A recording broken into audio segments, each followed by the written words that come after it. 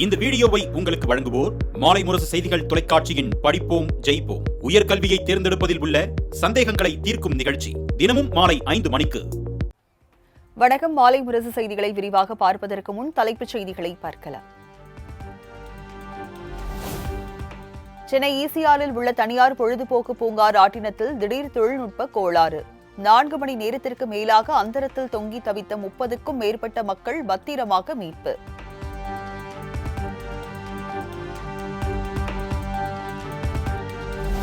வங்கக்கடலில் உருவாகியுள்ள புதிய காற்றழுத்த தாழ்வு பகுதி வடக்கு திசையில் நகர்ந்து நாளை மேலும் வலுவடையக்கூடும். சென்னை வானிலை ஆய்வு மையம் கணிப்பு.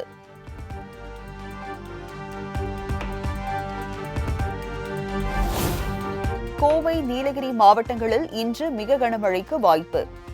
நெல்லை, திருப்பூர், திண்டுக்கல், தேனி, தென்காசி, கன்னியாகுமரி ஆகிய 6 மாவட்டங்களில் கனமழை பெய்யக்கூடும் என அறிவிப்பு.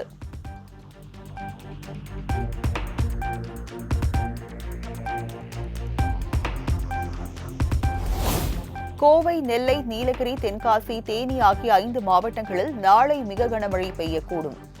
திருப்பூர், திண்டுக்கல், கன்னியாகுமரி ஆகிய 3 மாவட்டங்களில் கனமழைக்கு வாய்ப்புள்ளதாக வானிலை ஆய்வு மையம் தகவல்.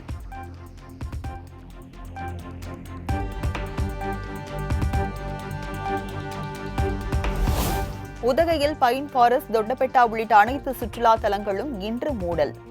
சுற்றுலா பயணிகளின் பாதுகாப்பு கருதி மாவட்ட நிர்வாகம் அறிவிப்பு.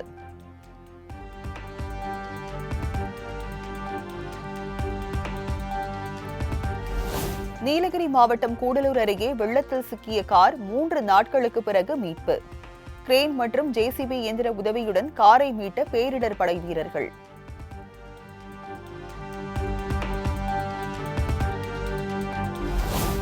நடப்பாண்டில் நாடு முழுவதும் தென்மேற்கு பருவமழை இயல்பை விட அதிகமாக பதிவாகும் என இந்திய வானிலை ஆய்வு மையம் கணிப்பு.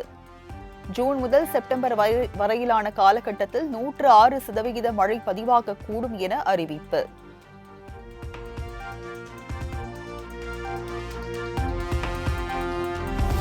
சென்னை மாநகராட்சி பகுதிகளில் பருவமழை காலத்தை எதிர்கொள்ள மேற்கொள்ளப்பட்டு வரும் பணிகள் குறித்து துணை முதலமைச்சர் உதயநிதி ஸ்டாலின் ஆலோசனை. மழை நேரத்தில் உயிர் சேதம், பொருட்சேதம் ஏதும் இல்லை என்ற நிலையை உருவாக்கிட திட்டமிட்டு களப்பணி ஆற்ற அதிகாரிகளுக்கு அறிவுறுத்தல்.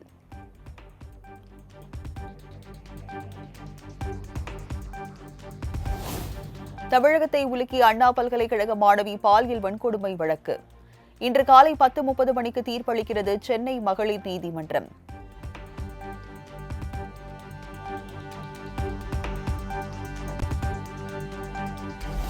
சென்னை திருவொற்றியூரில் புதிய சூறை மீன்பிடி துறைமுகம் உள்ளிட்ட 13 முடிவுற்ற திட்டப்பணிகளை இன்று திறந்து வைக்கிறார் முதலமைச்சர் மு.க.ஸ்டாலின். 2290 மீனவ பயனாளர்களுக்கு 10,67,00,000 ரூபாய் மதிப்பிலான நலத்திட்ட உதவிகளையும் வழங்குகிறார்.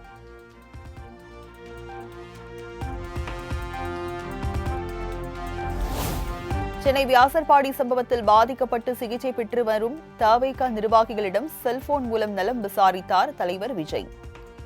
உங்க ஒருத்தருக்காக நாங்க எல்லாத்தையும் தாங்க தயாரா இருக்கோம் என அழுதபடி புகார் அளித்த பெண்.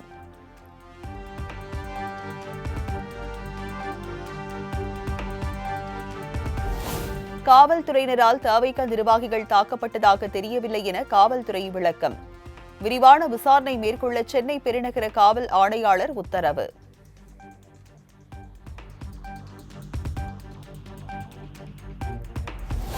அம்பத்தூரில் ஆபரேஷன் சிந்தூர் வெற்றியை கொண்டாடும் வகையில் தேசிய கொடியேந்தி பாஜக பேரணி. தமிழிசை சவுந்தரராஜன், நடிகை நமிதா உள்ளிட்ட பலர் பங்கேற்பு.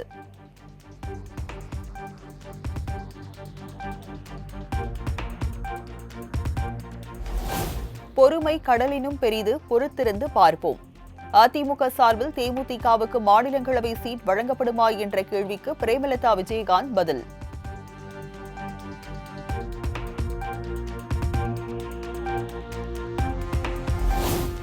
சென்னையில் இன்று நடைபெறுகிறது மக்கள் நீதி மய்யம் கட்சியின் நிர்வாகம் மற்றும் செயற்குழு கூட்டம்.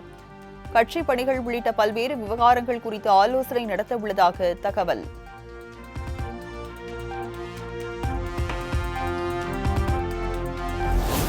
தமிழகத்தில் அரசு கலை மற்றும் அறிவியல் கல்லூரி மாணவர் சேர்க்கைக்கு வரும் 30ஆம் தேதி மீண்டும் விண்ணப்பிக்க வாய்ப்பு. உயர்கல்வித்துறை அமைச்சர் கோவி செழியன் அறிவிப்பு.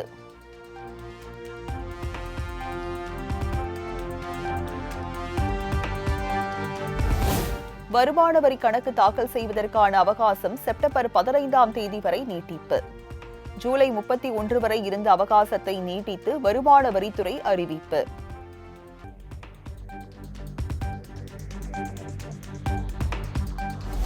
சென்னை உயர்நீதிமன்ற நீதிபதிகள் 2 வேறு மாநில உயர்நீதிமன்றத்திற்கு பணியிட மாற்றம். உச்சநீதிமன்றம் கொலீஜியம் பரிந்துரை.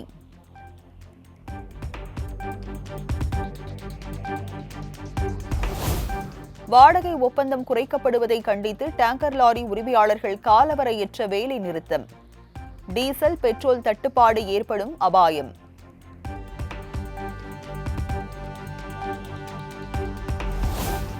கோவை ஆர்எஸ்புரம் பகுதியில் உள்ள பிரபல உணவகத்தில் பரிமாறப்பட்ட குழம்பில் வள்ளி கிடந்ததால் வாடிக்கையாளர் அதிர்ச்சி.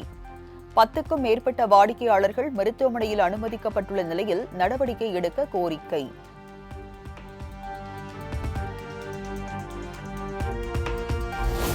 மலேசியாவில் இருந்து சென்னைக்கு விமானத்தில் கடத்தி வரப்பட்ட 70 லட்சம் ரூபாய் சிகரெட்டுகள் பறிமுதல்.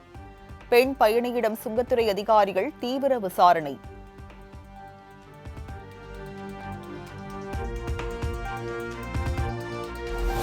ராசிபுரம் அருகே கோயில் திருவிழாவில் குதிரையை அக்னிகுண்டம் இறங்க வைத்த நபர்.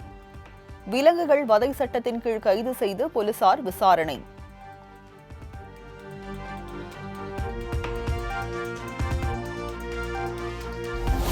புதுச்சேரி மாநிலம் ஏனாம் அருகே சாலையில் ஒரே நேரத்தில் அணிவகுத்து சென்ற நூற்றுக்கணக்கான மீன்கள்.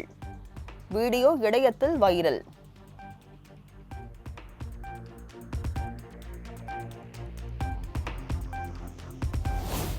ஜப்பானை பின்னுக்கு தள்ளி உலகின் 4வது பொருளாதார நாடாக இந்தியா உருவெடுத்துள்ளதாக பிரதமர் மோடி பெருமிதம்.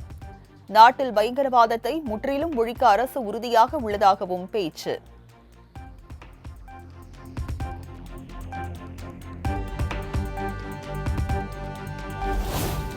நடிகையும் நடன கலைஞருமான சோபனாவுக்கு பத்மபூஷன் விருது.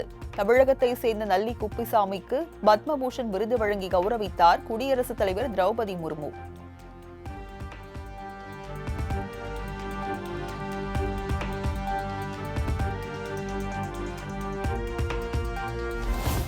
பறை இசை கலைஞர் வேலு ஆசானுக்கு பத்மஸ்ரீ விருது வழங்கி கௌரவிப்பு.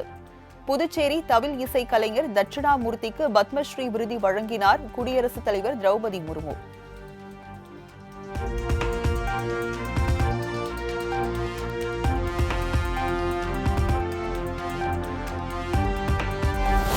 ஜம்முவில் ஆபரேஷன் சிந்தூர் நடவடிக்கையின் போது பயன்படுத்தப்பட்ட ஆயுதங்களை காட்சிப்படுத்திய இந்திய ராணுவம்.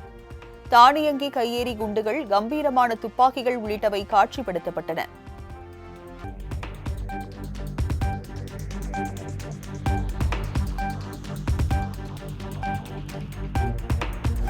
ரஷ்ய அதிபர் விளாடிமிர் புட்டின் நெருப்போடு விளையாடுகிறார். தான் மட்டும் இல்லை என்றால் ரஷ்யாவிற்கு நிறைய மோசமான விளைவுகள் ஏற்பட்டிருக்கும் என ட்ரம்ப் காட்டம்.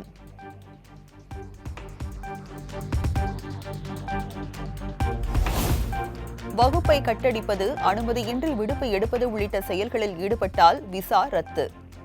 இந்தியா மற்றும் வெளிநாட்டு மாணவர்களுக்கு அமெரிக்க தூதரகம் எச்சரிக்கை.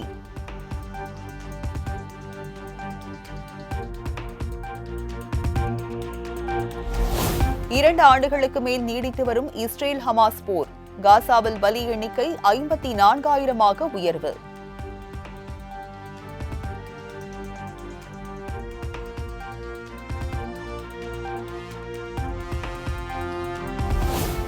சூடான் நாட்டில் பரவி வரும் காலரா நோய் பாதிப்பு. ஒரே வாரத்தில் 170 பேர் உயிரிழந்துள்ளதாக அந்நாட்டு சுகாதாரத்துறை தகவல்.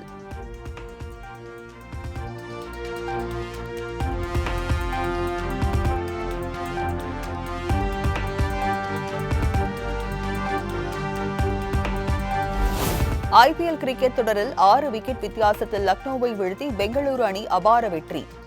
புள்ளி பட்டியலில் டாப் 2 இடத்தை உறுதி செய்த ராயல் சேலஞ்சர்ஸ் பெங்களூரு.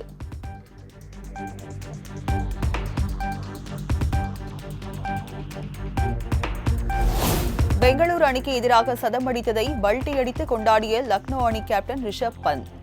மைதானத்திலேயே பல்டியடிக்கும் வீடியோ இணையத்தில் வைரல்.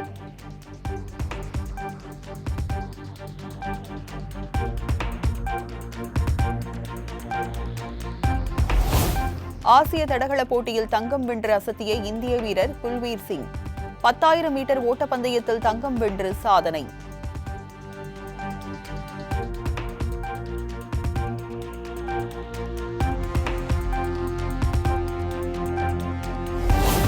சிங்கப்பூர் ஓபன் பேட்மிண்டன் தொடரில் 2வது சுற்றுக்கு முன்னேறினார் PV சிந்து.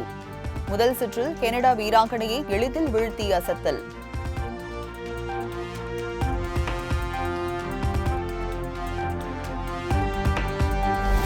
பிரெஞ்சு ஓபன் டென்னிஸ் தொடரில் செர்பியா வீரர் ஜோகோவிச் 2வது சுற்றுக்கு முன்னேற்றம்.